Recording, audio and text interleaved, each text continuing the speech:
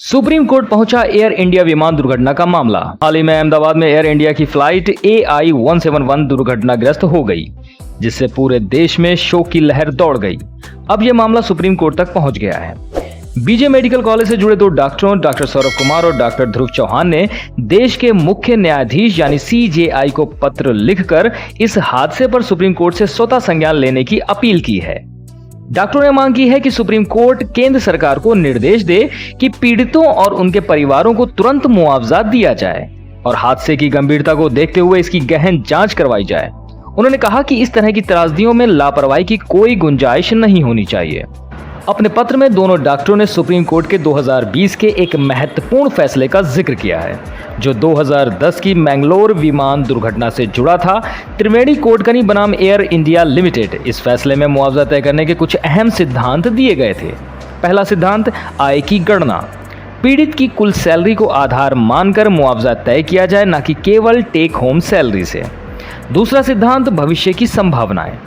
यदि मृतक की उम्र 40 से 50 साल के बीच की है तो 30% की आय में वृद्धि को ध्यान में रखा जाए। तीसरा सिद्धांत, व्यक्तिगत खर्च में कटौती। आश्रितों की संख्या के अनुसार 1/3 या 1/4 कटौती की जाए। चौथा सिद्धांत, गुणांक।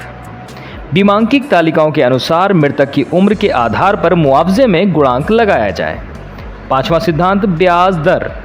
दुर्घटना की तारीख से भुगतान तक 7.5% सालाना ब्याज जोड़ा जाए। छठा सिद्धांत, गैर आर्थिक क्षति। भावनात्मक नुकसान, दर्द और पीड़ा के लिए भी मुआवजा दिया जाए। डॉक्टरों ने यह भी कहा कि अंतर्राष्ट्रीय मॉन्ट्रियल कन्वेंशन 1999 के तहत निर्धारित मुआवजा, जो करीब 2 लाख अमेरिकी डॉलर, अगर इंडियन रुपए की बात करें तो लगभग 1.5 करोड़ रुपए से अधिक होता है, सभी मामलों में पर्याप्त नहीं हो सकता, खासकर इतनी बड़ी त्रासदी के बाद। इसलिए उन्होंने मांग की कि केंद्र सरकार पीड़ित परिवारों को 50 लाख रुपए का अंतरिम मुआवजा तुरंत दे।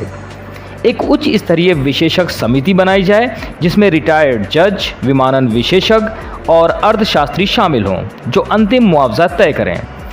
एयर इंडिया को निर्देश दें कि वह लंबी कानूनी प्रक्रिया से बचते हुए जल्द मुआवजा दे। मृतकों के आश्रितों को रोजगार और पुनर्वास की सुविधाएं भी दी जाएं। दुर्घटना की गहन जांच करवाई जाए और भविष्य में ऐसी घटनाएं न हो, इसके लिए ठोस कदम उठाए जाएं। इस पूरे मामले से एक बात साफ होती है, जब जान की कीमत लगती है तो केवल आंकड़े नहीं बल्कि इंसानियत, न्याय और सहानुभूति भी जरूरी होती है। सुप्रीम कोर्ट यदि इस पर स्वतः संज्ञान लेता है तो ये केवल पीड़ितों को राहत नहीं देगा बल्कि पूरे सिस्टम के लिए एक मिसाल बनेगा।